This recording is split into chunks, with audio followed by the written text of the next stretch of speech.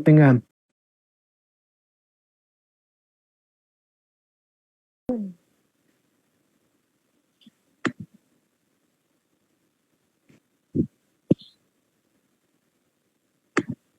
Adelante. Hola, ¿qué tal? Muy buenos días. Hoy estamos a 31 de octubre del año 2024. Espero tenga buen sonido. Para el día de hoy me toca la tarea de guiar una mesa de discusión que tratará de abordar el tema de soberanía energética. Para este tema que es de gran importancia para el país y que en los últimos días ha suscitado pues diversas controversias. Creo que es importante escuchar diferentes voces para tratar de acercarnos a esta temática de pues, que vivimos con ella en el día a día, ¿no? Todos los días tenemos la oportunidad, la necesidad de utilizar aparatos eléctricos que pueden estar desde la casa, en el trabajo, en la escuela. Las unidades de salud requieren de electricidad para su funcionamiento. Digamos, el tema de las energías, ahí está en la mesa. Usualmente nos trasladamos en unidades motoras, el transporte público, un auto particular. Entonces, bueno, la energía vive con nosotros día con día. Y bueno, para el día de hoy, pues vamos a abordar esta temática de soberanía energética en México. En esta mesa participa Angélica Tacuba, Julieta Ramírez, Jessica Mabel, Vania López. Entonces, bueno, aquí vamos a empezar con una dinámica tratando de identificar principalmente, o hay que identificar principalmente aspectos que son digamos que caracterizan mucho a nuestro país. México contiene dos principales empresas públicas energéticas. Una de ellas es Comisión Federal de Electricidad, la segunda es Petróleos Mexicanos. En una primera instancia, me gustaría acercarme con Vania para hacerle, pues que nos pudiera platicar, ¿no? ¿Qué tan importante es la empresa eléctrica mexicana, Comisión Federal de Electricidad? ¿Cómo va? Es un proceso denominado como transición energética y finalmente hablar sobre una situación financiera de la misma empresa, ¿no? Una situación que en los medios de comunicación se ha presentado como un asunto de gran relevancia. Bueno, te cedo la voz, Vania. Ella es profesora de la Benemérita Universidad Autónoma de Puebla y es miembro del Sistema Nacional de Investigadoras e Investigadores por México, CONACYT. Pues adelante, Vania. ¿Qué tal? Muchísimas gracias a todas y todos por estar acá en este conversatorio. Agradezco mucho la invitación de Salvador Rosas, del maestro Salvador Rosas, quien nos ha estado invitando a este congreso donde justamente se han expuesto temas que me parece que son relevantes. En esta ocasión, bueno, nos toca a nosotras de alguna manera tratar de abordar esta temática que me parece que es coyuntural, sobre todo por las últimas noticias que hemos visto, ¿no? En las mañaneras, en los medios de comunicación, sobre la actual presidenta Claudia Sheinbaum de volver a estas empresas que ya se señalaron a CFE y Pemex como empresas públicas. Estas empresas, como sabemos, durante el gobierno de Enrique Peña Nieto, pasaron de ser empresas paraestatales a ser empresas productivas del Estado, ¿no? Así se les denominó, digamos, en la ley y en las reformas que se hicieron en ese momento. Entonces, este cambio obviamente implicó diversas situaciones que se dieron para ambas empresas y que no precisamente fueron en beneficio de las mismas y obviamente tampoco en beneficio de las propias poblaciones o las propias comunidades en México. Primero voy a hacer referencia a qué entendemos, ¿no? Por transición energética, digamos, porque es un tema que está en constante debate y discusión en los últimos años. Y bueno, cuando hablamos de transición energética, estamos hablando justo de estas miradas que sobre todo se centran en este cambio en la malla energética, ¿no? De la matriz energética, es decir, pasar de sistemas de combustibles fósiles, tanto en la producción como en el consumo de energía, a pasar a energías renovables y o energías limpias, ¿no? Cambiar esta matriz energética por un mayor consumo de energías renovables y energías limpias. Sin embargo, esta preocupación que surge sobre todo a partir de los acuerdos de París en el año 2015 por estos altos niveles de emisiones de gases de efecto invernadero a la atmósfera, pues también se da en un contexto de crisis hipotecaria en el año 2008. ¿Sí? Y entonces esta crisis hipotecaria lo que hace es que de alguna manera los mercados financieros, las inversiones comienzan a ver justamente este sector de energía, sobre todo el sector de energía renovable, como un mecanismo de salida para estas nuevas inversiones que se le denomina inversiones verdes. ¿Sí? Y entonces aquí se comienza a ver una mayor transición en los mercados eléctricos, ¿no? De energía, desarrollos de proyectos de energías limpias, ¿no? Y obviamente esta relación de mercado y Estado, ¿no? ¿Quién debe de hacerse cargo justamente de el sector energético en los países? El mercado, el Estado, debe de ser una combinación de ambos, etcétera, ¿no? Entonces, como ya comenté, en ese contexto, pues surgen diversos acuerdos internacionales, los acuerdos de París, ¿no? Donde justamente se pretende a partir del financiamiento para el desarrollo sostenible o sustentable, si le queremos llamar así, mayores flujos de financiamiento para pasar de una estabilización, mitigación y adaptación al cambio climático, y las energías son una fuente importante para poder pasar a esta transición energética. En este financiamiento que vemos, pues hay múltiples actores, ¿no? De financiamiento. Están los instrumentos financieros, bonos verdes, bonos azules, bonos de carbono, la banca privada, la banca de desarrollo, etcétera. Entonces, en ese sentido también y en ese contexto, en México también se comienzan a dar cambios, ¿no? Y bueno, esos cambios tienen que ver con la ley, ¿sí? Y la ley que se da en el año 2012. Antes de eso ya veíamos cambios en las reformas que se hacían en el sector energético, ¿sí? Desde el periodo de Zedillo, de Felipe Calderón, de Vicente Fox, perdón, y de Felipe Calderón, ya veíamos que ellos estaban de alguna manera implementando nuevas leyes, nuevas reformas en el sector energético para permitir una mayor entrada de privados a este sector, ¿sí? Tanto en las energías fósiles, en los combustibles fósiles, como también en las energías renovables. Sin embargo, lo que pasó durante ese periodo es que se le dio, sí, efectivamente, una mayor apertura, mayores alianzas público-privadas que se generaron durante ese periodo, pero digamos que estas empresas privadas, sobre todo españolas, pues lo que hicieron de alguna manera, independientemente de que generaron energía, ¿no? Renovable en algunas regiones, en algunos estados de la República, pues también hubo grandes controversias porque digamos que la extracción de la renta, ¿no? A partir de esa generación y ese consumo de energía renovable, pues se dio sobre todo para un sector de empresas, digamos, muy concentrado, ¿no?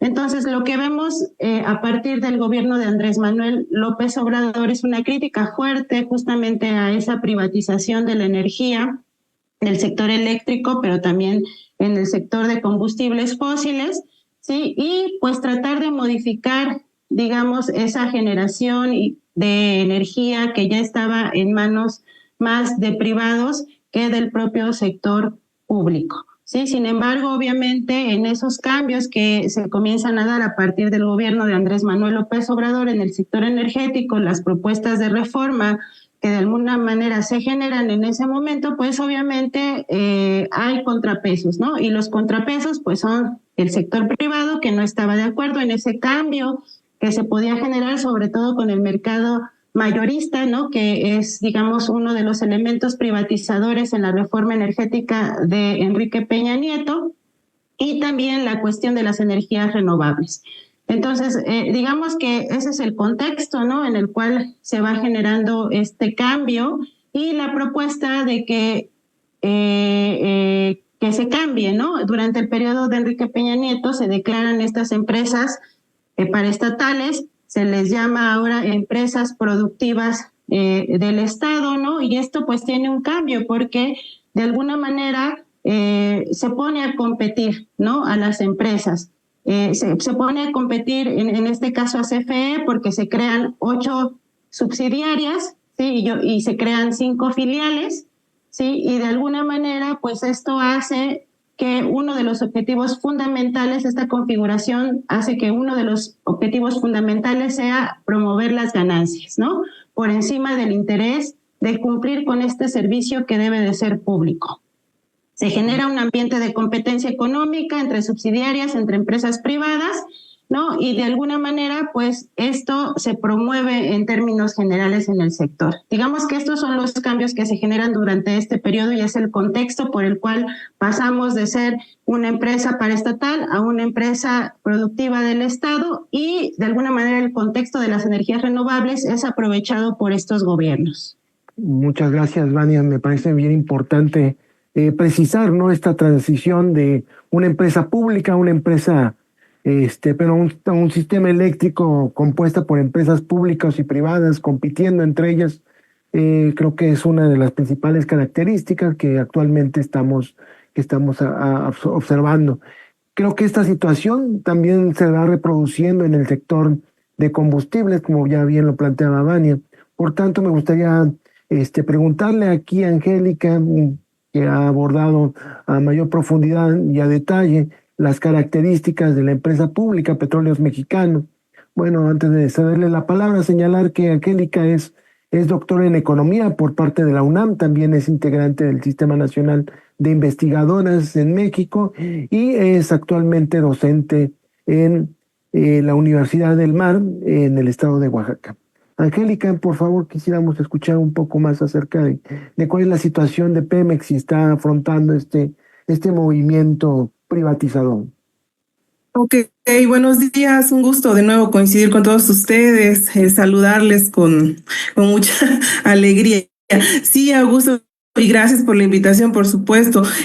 Claro, en el caso de Petróleos Mexicanos, pues diría yo que es un tema sumamente complejo, interesante y por demás polémico, ¿no? Porque siempre hay dos posturas, hay quienes a lo largo del tiempo han estado a favor de que el Estado mantenga la propiedad de Petróleos Mexicanos, hay quienes no, quienes abogan por la privatización total o parcial en algunas de las actividades de la cadena de valor. Entonces, bueno, es un tema bastante interesante. ¿Qué te puedo decir yo sobre Petróleos Mexicanos y un poco para ceñirme también a la temática de esta mesa de discusión, que sigue jugando un papel importantísimo dentro de la política económica, fiscal, por supuesto, y energética de México? No debemos olvidar esto. Pemex, así como las CFE, como bien acaba de describir la doctora Vania, son empresas estratégicas. Siempre lo van a hacer hasta que estemos completamente, digamos, en esa nueva etapa de energías renovables, incluso ahí, porque Petróleos Mexicanos, el Sistema Nacional de Refinación, por ejemplo, cuando ya estemos en la transición completa hacia las energías renovables, las refinerías no van a desaparecer, simplemente va a cambiar el modelo productivo y se va a pasar de la refinación al biorrefino con combustibles renovables. Entonces es una cuestión bastante compleja, diría yo, pero sí, aquí es interesante recordar, decía yo, que Pemex es una empresa estratégica porque maneja un recurso natural estratégico, no renovable, que hace o que juega un papel importantísimo en la industria mundial. Hace algunos meses yo recuerdo que precisamente en una temática relacionada con Petróleos Mexicanos, una persona me decía, pues para mí Petróleos Mexicanos no es una empresa estratégica, y yo le preguntaba, ¿pero por qué? Me decía, porque pues maneja un recurso contaminante, pero ese no es el criterio para determinar si una empresa es estratégica o no, sino la función que cumple el recurso natural, ¿verdad? Y en este caso, muchísimo más con esta nueva visión de soberanía energética que se implanta a partir del gobierno de Andrés Manuel López Obrador y que en su Plan Nacional de Desarrollo pues establece tajantemente una línea divisoria entre su modelo de política económica y el modelo de política económica anterior al 2018, que él denomina neoliberalismo y que lo califica como la mayor catástrofe de México porque fue un modelo sumamente individualista, privatizador, que fomentó aumentó o hizo crecer la pobreza y la desigualdad, etcétera, etcétera. Y en materia de política energética marca precisamente ese cambio. Se va a rescatar a Petróleos Mexicanos pues del quiebre en el que se le dejó prácticamente, porque yo decía en la anterior exposición que en materia de refinación, el Sistema Nacional de Refinación se mantuvo operando a menos del 20 o 30% de su capacidad. Entonces,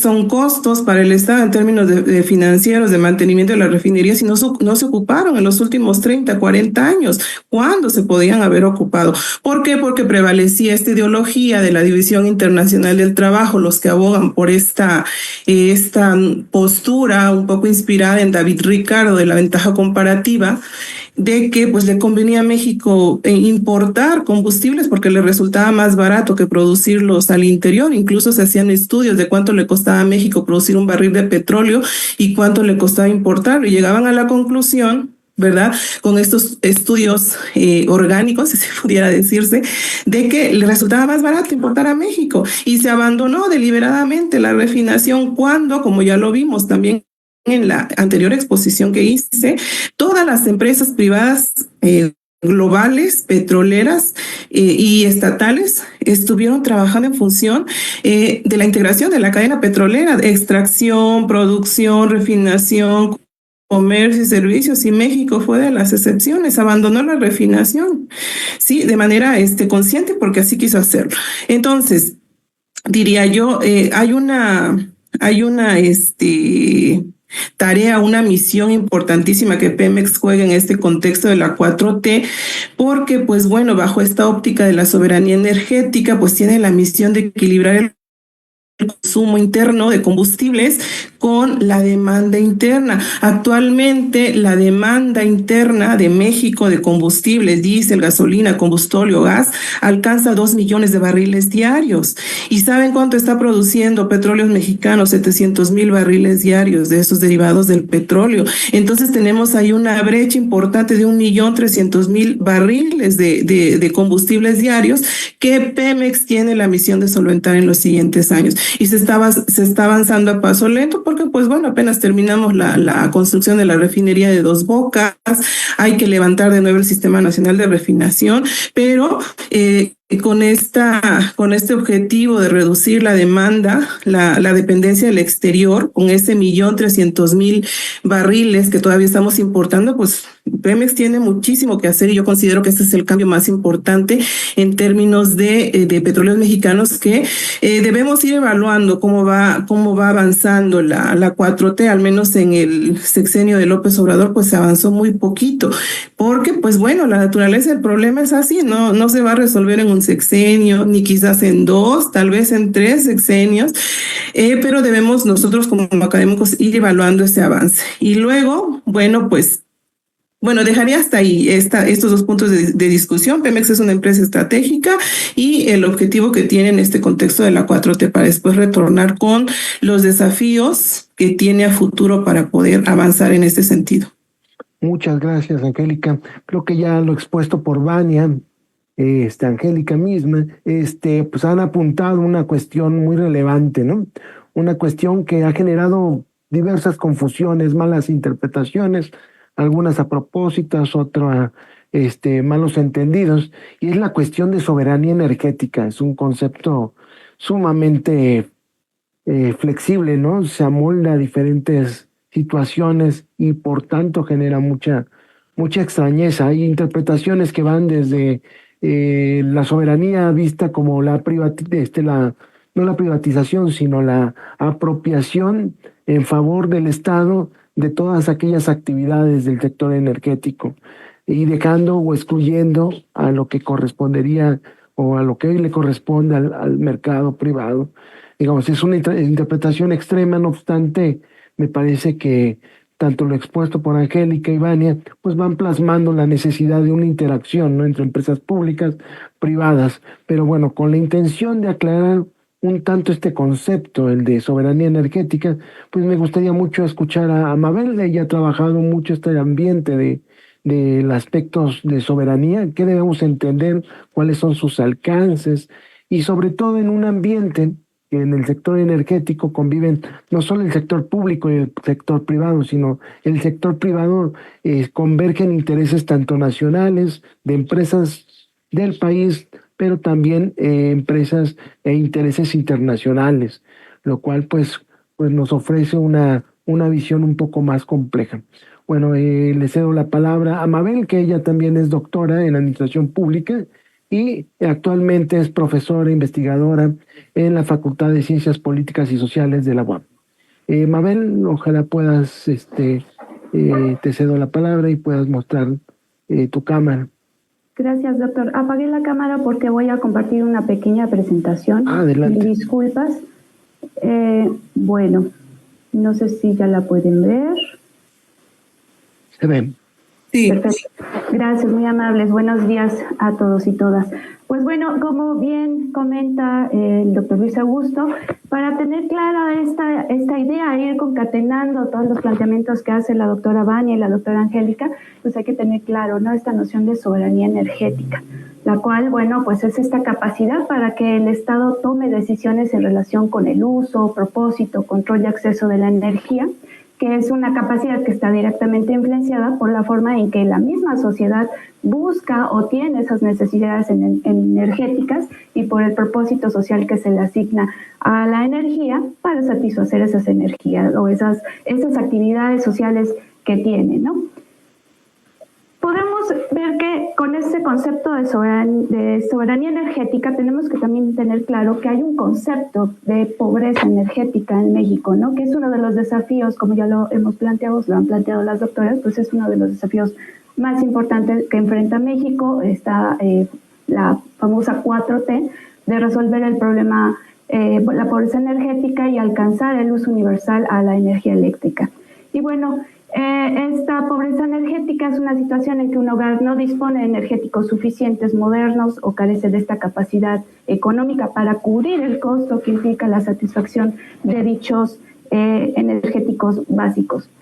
Actualmente, bueno, tenemos que 12 millones de viviendas, es decir, el 36.7% de la población se encuentra en algún estado de pobreza energética debido a que no se cuentan con recursos suficientes para un consumo eléctrico adecuado que permita garantizar una vida digna y decorosa. Y bueno, eso hemos visto que son los planteamientos principales que hace actualmente la doctora Claudia Sheinbaum, la presidenta. Y bueno, vemos que en México hay esta capacidad instalada para producir energía eléctrica por fuente, ¿no? Y vemos actualmente, ahorita en esta sesión, estamos hablando de CFE, de Pemex, pero bueno, tenemos también la capacidad de producción de otros tipos de energías limpias. También considero que esta soberanía energética tiene que considerar esto, ¿no? Sí es importante estas empresas estratégicas, pero bueno, también hay que considerar que tenemos otra capacidad para poder producir energía y lograr la soberanía energética, ¿no?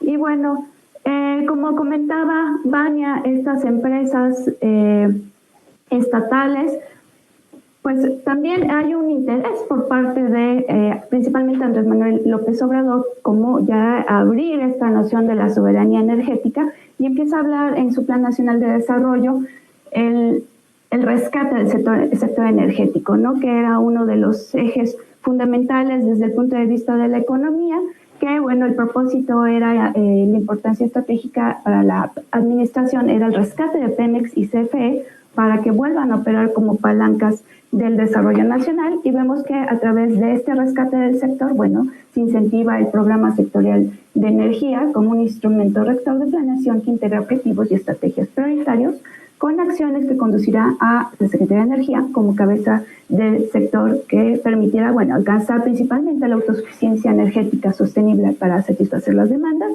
y, bueno, asegurar el acceso universal de energías, organizar las capacidades científicas, tecnológicas, fortalecer el sector energético, etcétera.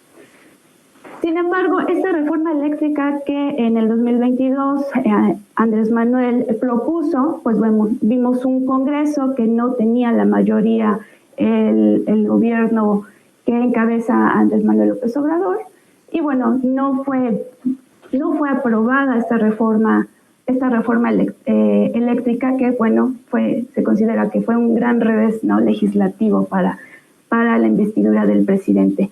No obstante, ahorita vemos ya una mayoría en el Congreso, una mayoría en el Senado, y se aprueba la reforma energética de Claudia Sheinbaum, donde, bueno, también pues se va a buscar esta idea de la transición energética, de la soberanía energética, pero también se va a buscar la modificación, se busca o se plantea o ya se está ejecutando principalmente el cambio de 3 artículos fundamentales para poder dar certeza a este proceso de empresas estatales, que son la reforma del artículo 25, el 27, el 28, ¿no?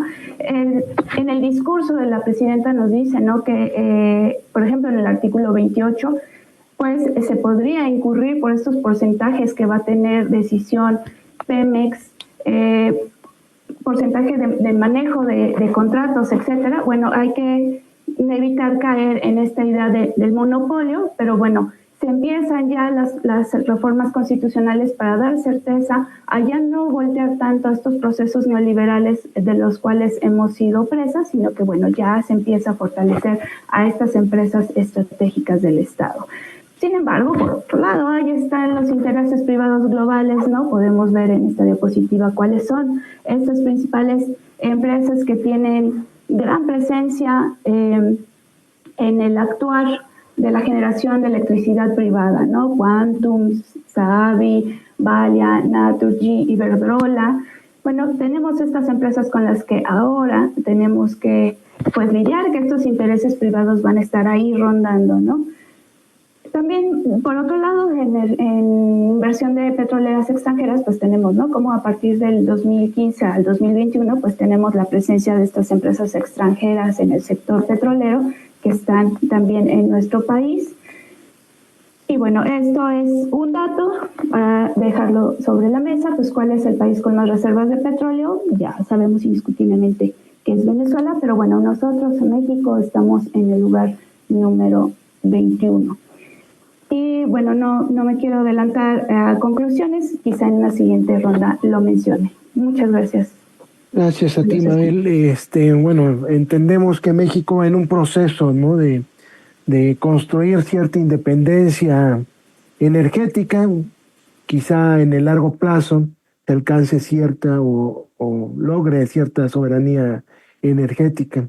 En este aspecto, bueno, Julieta ha trabajado en la parte internacional, por tanto me gustaría conocer un poco su apreciación de cómo va el proceso de México en pos de alcanzar este ánimo de soberanía energética y sobre todo escuchar si hay experiencias a nivel internacional que sirvan como guía, como luz, como un espacio de aprender a partir de lo que han hecho en otros países. Julieta, si gustas compartirnos esta información que han logrado conjuntar. Claro, Julieta también claro, buenos días. Doctora en Economía Política del Desarrollo, disculpa, y bueno, es docente en la Facultad de Ciencias Políticas y Sociales de la Benemérita Universidad Autónoma de Puebla. Muchas gracias. Julieta, adelante. ¿Ya pueden ver la presentación? Sí. Ay, ahora lo único es que yo no la veo. A ver, ahí está, ya, creo que ya la vi. Ya, voy a apagar también la cámara. La voy a apagar porque si no va a haber recursos deficientes. Muchas gracias por el espacio, muchas gracias a los organizadores de este seminario y también por brindarme la oportunidad de señalar algunas ideas que he estado trabajando y que me parecen importantes para sumar a la discusión acerca de este tema tan trascendental como es la soberanía energética, ¿no? Como ya planteaba tanto Mabel, la doctora Mabel como la doctora Vania, bueno, el concepto de soberanía energética es un concepto demasiado importante. ¿Por qué es importante? Porque este concepto es inherente a la autopreservación de los estados nacionales, ¿no? Yo creo que una primera necesidad es discutir o replantear teóricamente el significado de lo que es la soberanía energética, ¿no? Ya Mabel nos señalaba, ¿no?, que la soberanía energética podría entenderse como esta capacidad de decidir acerca del manejo y explotación de los recursos, ¿no? Sin embargo, creo que esta definición o algunas definiciones podrían estar un poco limitadas, ¿no? Y creo que este concepto debería transitar hacia pensar que todas las personas tengan derecho al acceso a las energías en condiciones dignas y en cantidad suficiente y equitativa, algo que no ocurre en la mayor parte de los países subdesarrollados. Bueno, ahí sí ven la que sigue. Ahí, ¿sí se ve la que sigue? No, se quedó estancada. A ver, ahí, bueno, si no, mientras les voy platicando, ¿no? ¿Por qué es relevante este concepto de soberanía energética? Bueno, porque básicamente toda la actividad económica demanda el uso de diferentes energías para la producción de bienes y servicios, para la actividad, para el transporte, para la agricultura, para la ganadería, ¿no? Y básicamente, sin soberanía energética no hay soberanía. Por eso es muy importante relacionar este concepto con la autopreservación del Estado, un tema que también aparece importante discutir, ¿no? Pero, ¿qué es lo que ha pasado con este concepto de soberanía energética? Este concepto ha sido desdibujado, ¿no? Ha habido una concepción errónea, ¿no? Ha sido ensombrecido por discursos como la globalización, ¿no? ¿Para qué plantear la soberanía energética si estamos en un ambiente de interdependencia, ¿no? Donde todos necesitamos de todos, ¿no? Entonces, esto desdibuja y resta importancia para las agendas de los diferentes países, plantear la necesidad de transitar hacia la soberanía energética. En lugar de eso, ¿qué es lo que se ha planteado? Básicamente se ha planteado que los mercados a través de las diferentes empresas transnacionales serían capaces de garantizar el acceso, ¿no?, a la electricidad y otras energías, y también de garantizar los precios justos también, lo cual no ha ocurrido, ¿no? Y eso es lo que, ante este contexto, ante esta coyuntura, algunos datos que les menciono, es necesario discutir el concepto de soberanía energética, ¿no? A nivel internacional, ¿no? Los servicios energéticos han sido considerados como esenciales para el desarrollo económico y social. Esto se observa en diferentes agendas internacionales, por ejemplo, en los objetivos del desarrollo sustentable y también los objetivos del desarrollo del milenio, ¿no? Durante diferentes cumbres, ¿no? Se ha planteado, ¿no?, tomar medidas por parte de los gobiernos y mejorar los esfuerzos conjuntos, tanto en instituciones públicas privadas, para mejorar el acceso a los servicios energéticos y que estos sean confiables y asequibles. Es decir, lograr que esto sea un derecho, porque de esta manera es que podríamos lograr que se cumpla el objetivo, ¿no?, de que una mayor cantidad de personas acceda a ella y que se convierta en un derecho universal, ¿no? Y bueno, también considero que el tema de soberanía energética tiene que ir a la par con la transición energética, ¿no? ¿Por qué? Porque la soberanía debe ser social, ¿no? Porque la soberanía energética nos debe acercar al tema de la justicia social y de la equidad. Bueno, una vez dando un poquito este contexto, quisiera hablar un poco del panorama acerca de México, ¿no? México siempre ha tenido presente este tema de la soberanía energética. No debemos olvidar que, por ejemplo, durante el siglo XIX, el tema de la energía estuvo en manos de los extranjeros, ¿no? Es decir, el petróleo era propiedad de los particulares, ¿no? Se apropiaban de él a través de la adquisición de grandes extensiones de tierra, y después aparece la Constitución de 1917, ¿no? Y de manera específica el artículo 27 constitucional, que justamente quita este derecho de las tierras, ¿no? Y señala que todos los recursos del subsuelo son propiedad de la nación, ¿no? ¿Y qué es lo que pasa después? Pues que los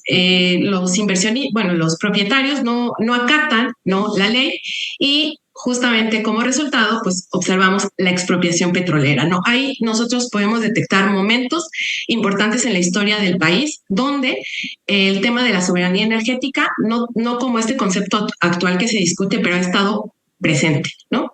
Y de ahí Ahora, bueno, a raíz de eso, el Estado Nacional pudo expropiar con base en el interés nacional, ¿no? También ya observamos diversos hechos, por ejemplo, la privatización. Después México experimentó una serie de cambios, ¿no? El consenso de Washington, ¿no? Donde se privatizaron muchos de los servicios públicos, ¿no? Y como muestra de ellos vemos la destrucción de Luz y Fuerza del Centro en 2009, ¿no?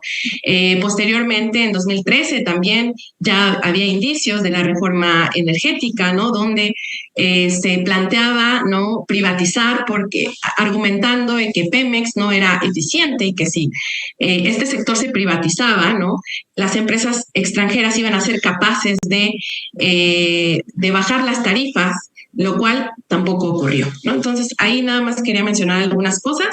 Y de ahí, bueno, también me interesó el caso a hacer un análisis comparativo con otro país, ¿no? Por ejemplo, en el caso de Francia, ¿no? ¿Por qué Francia?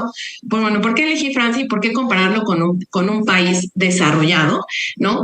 Porque está visto en varios, y específicamente en Francia, que las leyes consideran que sectores estratégicos como el energético y el de las telecomunicaciones deben permanecer justamente por eso, por ser considerados sectores estratégicos, deben permanecer en manos del Estado, por la importancia que tienen, por el alcance social, debe permanecer en manos del Estado. Por ejemplo, en el caso de Francia, en 1946 también experimentó un proceso de nacionalización, un poco más tarde que México, ¿no? Sin embargo, también estos procesos privatizadores no escaparon de estos países europeos, ¿no? Ya que, por ejemplo, en 1999, ¿no? Francia experimentó un proceso de privatización parcial, ¿no? Es decir, se obligó a vender parte de las acciones de la empresa más importante generadora de electricidad, que es la empresa eléctrica de Francia, ¿no? Pero posteriormente, a partir del 2002, ¿no? A partir del 2002 hay un proceso de reivindicación donde se da cuenta de la necesidad de que nuevamente el Estado tome las riendas del sector eléctrico, ¿no? Y garantice no solo su creación, sino su distribución para la mayor parte de la población, ¿no? ¿Qué es lo que pasa con Francia? Bueno, como ustedes saben, Francia no posee recursos naturales, ¿no? Con lo cual genera una fuerte dependencia de otros energéticos, por ejemplo, el gas de Rusia, ¿no? Sin embargo, Francia reconoce, ¿no? En un discurso emitido por el expresidente Nicolás Sarkozy, señala, no tenemos petróleo, pero tenemos idea. Y de ahí se deriva que la principal fuente de generación de electricidad en Francia es la energía nuclear. Y la energía nuclear es lo que ha permitido mantener un suministro constante de energía eléctrica a la mayor parte de la población. Nada más mencionar que Francia es un caso atípico dentro de la Unión Europea, ¿no? Ya que otros países hay una mayor participación de las empresas privadas, ¿no? Pero sí, Francia va a la cabeza, bueno, no solamente en cuanto a la soberanía energética, a la transición energética, ¿no? Ya que hay políticas muy fuertes que buscan, ¿no? Y con resultados evidentes, que buscan establecer políticas y programas que permitan reducir el uso de las energías fósiles, ¿no? Bueno, ese es el caso. Y por último, bueno, me gustaría hablar del caso de Chile, bueno, el caso chileno, que es un caso similar al mexicano, un poco peor, ¿no? ¿Por qué? Porque en Chile observamos que hay una dinámica donde el mercado lo planifica todo, ¿no? El sector está dividido en generación, transmisión y distribución, ¿no? Pero en solo dos de estos sectores, que es la transmisión y distribución, el Estado tiene una mínima participación, ¿no? Entonces, observamos un mismo comportamiento, ¿no? Donde los países subdesarrollados, bajo este discurso del libre mercado, de la globalización, se utilizan para legitimar ciertas decisiones como la privatización y el desmantelamiento todavía de algunas empresas paraestatales para para permitir el ingreso de empresas privadas, ¿no?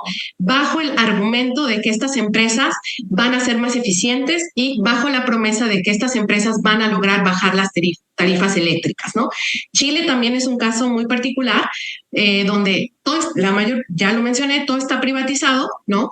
Y donde esas empresas no han podido ser capaces de garantizar el suministro y también de bajar las tarifas, ¿no? Entonces, les digo, no es un caso tan diferente a México, ¿no? Ni a otros países de América Latina, ¿no? Donde está esta pugna constante entre los intereses privados y la lucha por parte de movimientos sociales, ¿no? Que buscan, ¿no? Y que exigen al Estado que tome un papel mucho más relevante y regule, ¿no? Este sector tan estratégico e importante para la población. Hasta ahí dejaría mi participación. Muchísimas gracias. Muchas gracias, que ya escuchando un panorama bastante amplio, ¿no? Sobre lo que podemos entender como soberanía energética. Es un proceso que no es lineal, un proceso complicado.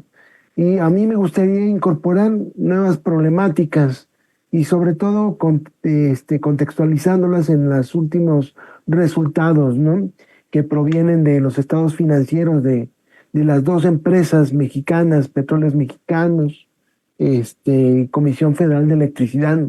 Tenemos que, bueno, ya haciendo un resumen, en los últimos trimestres, creo que de los últimos 3 años, la mayor parte de los registros financieros muestran severas pérdidas.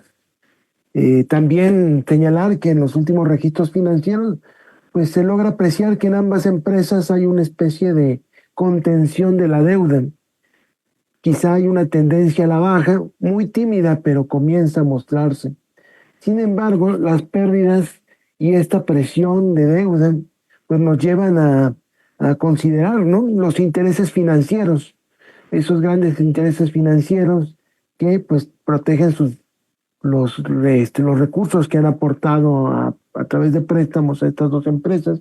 Entonces, bueno, aquí los intereses de los grandes corporativos financieros globales, ¿qué parte juegan? ¿Cómo pueden influir para restringir la independencia en la toma de decisiones para estas dos empresas? Aquí este aspecto, quizá Vania y Angélica puedan aproximarse un poco más a esto. Y una pregunta que proviene de aquí del chat, pues nos plantean que, bueno, ante tantas dificultades, es posible hablar o soñar de un proceso de soberanía aunado aún o acompañado de un proceso pues acelerado de la sustitución de energías fósiles por energías renovables. Si es posible pensar o soñar que estas dos empresas podrán este proceso de transición. Vania, empezamos contigo. Sí, muchas gracias, muchas gracias. Bueno, voy a tratar de ser breve porque ya tenemos poco tiempo y entiendo que es la última ronda. Bien, con respecto a la deuda que comentas, Luis Augusto, hemos venido trabajando, ¿no? Esta cuestión durante ya varios años en el sentido de que justamente un problema y un desafío fundamental de ambas empresas, ¿no? Tanto de CFE como de Pemex, es esta cuestión de la deuda. Una de las consecuencias más importantes de estos procesos de privatización que se dieron en ambas empresas justamente fue que impactaron en un mayor endeudamiento al depender tanto de flujos de inversión extranjera por parte de otros países y de otras empresas, ¿no? Todos estos proyectos que se generaron, al menos en CFE, de energías renovables e incluso de energía tradicional, no tienen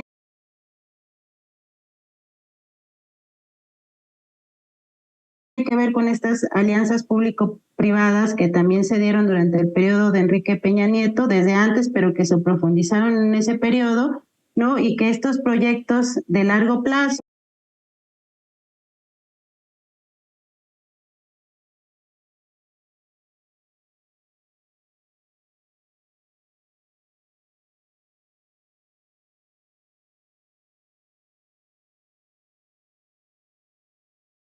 de 20, 25, 30 años, pues lo que generaron fueron grandes deudas para el Estado mexicano, ¿no? Para los presupuestos públicos. Pero además, por ahí hay esa parte, pero por el otro lado está toda la cuestión que tiene que ver con el financiamiento a través de instrumentos financieros, lo que yo señalaba hace rato, bonos de carbono, bonos verdes, bonos de todo tipo, que de alguna manera también son cuestiones que afectan a los presupuestos públicos y afectan a los balances generales de las empresas, porque toda esta deuda que se adquiere generalmente se adquiere en dólares. Entonces ahí hay un tipo de cambio, ¿no? Que es un diferencial, el cual impacta obviamente en esta deuda. Y por el otro tiene que ver la tasa de interés. Obviamente si te van a prestar o si vas a emitir bonos, tienes que tener una alta tasa de interés, que sería la prima de riesgo, por la cual pagarías para poder financiar, digamos, todos estos proyectos. Entonces, por ahí ese es un problema, ¿no? En tanto dependamos para los proyectos de infraestructura de la deuda, ¿no? Del financiamiento externo, pues lo que vamos a seguir generando es una alta dependencia en este tipo de proyectos. Otro elemento que está ahí son los ingresos, ¿no? Los ingresos petroleros. Quizás Angélica nos pueda abordar o profundizar más en este tema, pero México depende mucho de los ingresos petroleros, ¿sí? Por combustibles fósiles, no por energías renovables o combustibles que sean renovables, sino por energías fósiles, ¿no? Entonces, los presupuestos en México, gran parte del gasto público que se ejerce es a partir de estos ingresos petroleros. Entonces, también ahí, digamos, es un riesgo que incluso se ha señalado por los organismos internacionales como el Banco de Pagos Internacionales, ¿no? Los riesgos de transición. ¿Qué tanto nos podría afectar esta transición de pasar de energías fósiles a energías renovables? Y esto cómo impactaría en los presupuestos públicos si lo hacemos, digamos, de un día para otro. Entonces es un proceso, ¿no? Y es un proceso, por un lado, que se tiene que financiar con inversión pública, sobre todo, y esa inversión pública debe de ser en moneda nacional principalmente, o al menos en condiciones que sean más favorables que las condiciones que hemos tenido, y aparte dejar de depender de ingresos petroleros para hacer frente a los gastos públicos. Entonces me parece que en ese sentido es complicado, no quiere decir que no pueda suceder, pero es un proceso que va a llevar largo plazo. La propia Claudia Sheinbaum ha señalado que si bien va a declarar a estas empresas como empresas públicas nuevamente, le va a dar espacio a la inversión privada, ¿sí? O sea, va a haber un espacio para inversión privada, la cual pues hay que ver, ¿no? Quiénes son esos nuevos actores que van a estar ahí presentes y en qué condiciones se va a dar ese tipo de financiamiento. Yo hasta ahí dejaría mi participación para dar espacio a las demás. Muchas gracias, Vania. Angélica, continuando con esta idea del papel de Petróleos Mexicanos. Adelante. Sí, Augusto, muchas gracias. Claro que sí.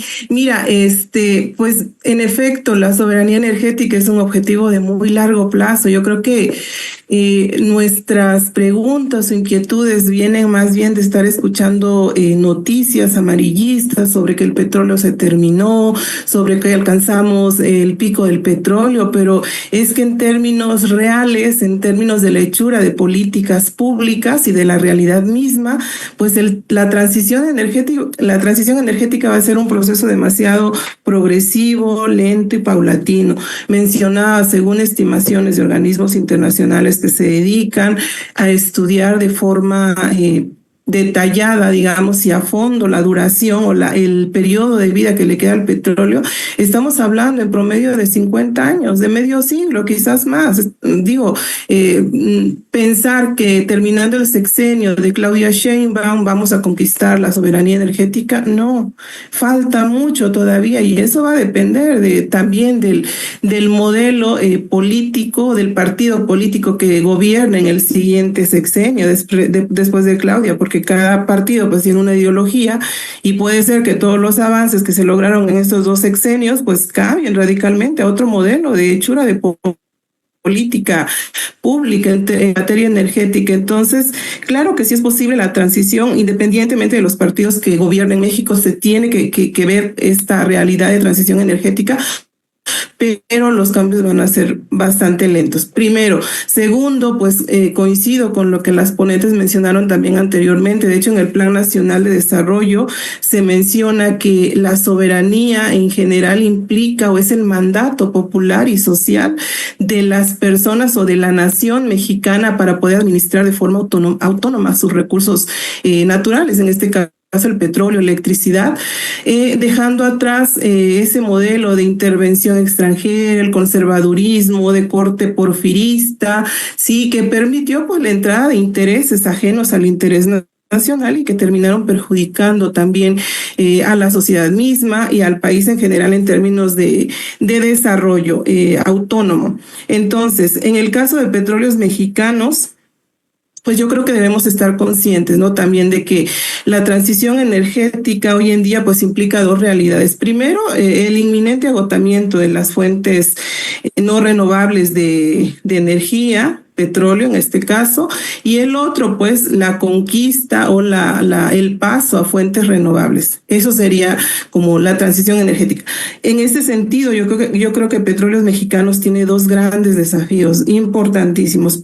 El primero es la gestión de sus recursos financieros, que implica la gestión eficiente, adecuada, correcta de sus recursos financieros. Número uno, pagar la mayor parte de su deuda. Hasta el año 2023, la deuda total de Petróleos Mexicanos alcanzaba 110 mil millones de dólares.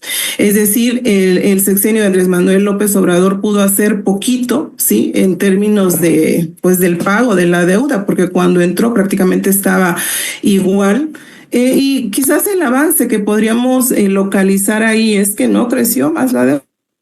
No sabemos cómo hubiera sido bajo otro partido político, ¿no? Cuando menos la deuda no se disparó, sigue ahí en 110 mil millones de dólares, pero también Pemex sigue siendo la empresa petrolera más endeudada del mundo y se tiene que avanzar. Ahora, no es tan sencillo decir hay que pagar la deuda de Petróleos Mexicanos, no, porque pagar la deuda de Petróleos Mexicanos en un buen porcentaje implica reducir, sí, su carga fiscal, y este es un tema que también hemos venido estudiando por varios años, el pago de impuestos, de derechos y aprovechamientos que Petróleos Mexicanos le hace al Estado mexicano como parte del ejercicio de producción de petróleo, que este pago o esta carga fiscal alcanza entre el 90 y el 100% más de las utilidades de Petróleos Mexicanos.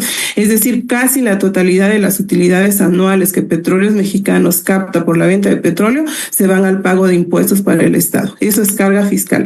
Y disminuir la carga fiscal, pues implica también otro tema grandotote, complicado, con implicaciones políticas, con costos políticos bastante elevados, que es una reforma fiscal de fondo, y es ampliar la base de contribuyentes. ¿Por qué? Porque el petróleo actualmente y a lo largo de la historia ha aportado casi un tercio del presupuesto público anual en México. Entonces, reducirlo implica pues ampliar, aumentar la base de contribuyentes, como disminuyendo la elusión fiscal, disminuyendo la evasión fiscal, y otra cosa bastante delicada, que es aumentar los impuestos. Básicamente el IVA y el ISR, que son los que más aportan al presupuesto. Angélica, eso sería. Disculpa, entiendo que es muy apasionante la temática, no obstante tenemos aquí tiempos un poco cortos, también nos gustaría escuchar a Mabel, a Julieta. Una pregunta que se va sumando aquí a la conversación es, pues, si estamos discutiendo el proceso de soberanía, de transición, de forma jerarquizadas, ¿no? Aquí la pregunta es si hay formas o alternativas de incorporar el trabajo de las comunidades, de los colectivos sociales en esta dinámica, o dependemos completamente de dinámicas verticales. Mabel. Gracias, doctor. No, yo considero que también es necesario mirar a las localidades, a estas culturas, estas tradiciones que también contamos en nuestro país, que pueden abonar a esta soberanía energética, no nada más voltear a los grandes emporios o las grandes empresas que pueden ofrecer su tecnología para el abastecimiento de la energía. Yo creo que también hay procesos locales que se pueden incentivar. Yo lo comentaba, lástima que no se vio mi gráfica, pero bueno, en México desde el 2010 al 2022 hay otros tipos de energía energías limpias que se están promoviendo, que bueno, que sí surgen desde localidades desde comunidades pequeñas, pues también pueden tener grandes beneficios. Por ejemplo, se me ocurre ahorita la energía solar, ¿no? Como hay comunidades que se empiezan a organizar y empiezan a generar su propia energía solar para abastecer sus comunidades. No solo es voltear a CFE, Pemex, sino que también, bueno, están estas alternativas, doctor. Muchas gracias, Mabel. Julieta, continuando en esta dinámica del contexto internacional, ¿qué más podemos esperar de la soberanía? Un proceso que va a ser lento, pero también habrá diferentes conflictos, complicaciones un tanto, porque pues de repente México está orillado, ¿no?, a alinearse con los intereses norteamericanos, europeos, y pues de repente alternativas de acceso a tecnología como la China.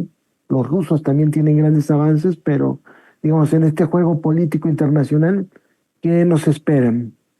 Julieta. Bueno, hay un poco nada más para decir, algunos preguntaban, ¿no?, que si es posible. Bueno, más bien es una necesidad plantear el tema de la transición energética, pero como ya lo dije hace un momento, es importante ligar la transición energética a la soberanía energética, ¿no? Todavía hay mucho por hacer, ¿no?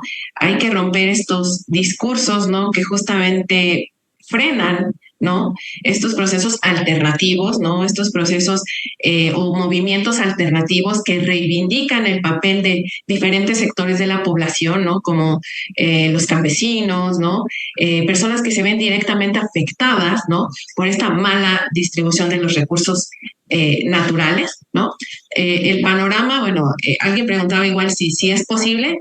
Sí, claro, pero lo planteábamos, por ejemplo, en el seminario de la semana pasada. Está ocurriendo este proceso de transición energética, pero estamos lejos de alcanzarlo. Y ahí es importante, ¿no?, el papel que van a jugar los países que en realidad poseen todos esos recursos naturales, ¿no? Porque justamente países europeos, ¿no?, que no tienen recursos, ¿no?, dependen de los países que sí lo tienen.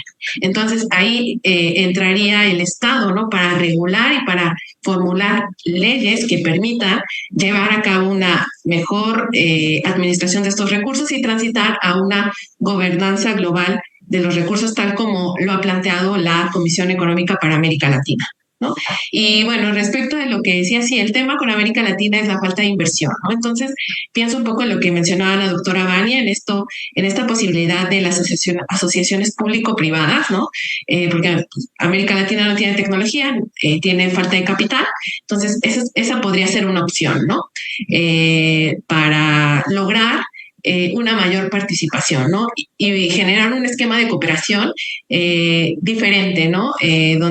Donde lo importante sea la cooperación y no esta verticalidad que ya algunos de los que nos están escuchando hacían referencia.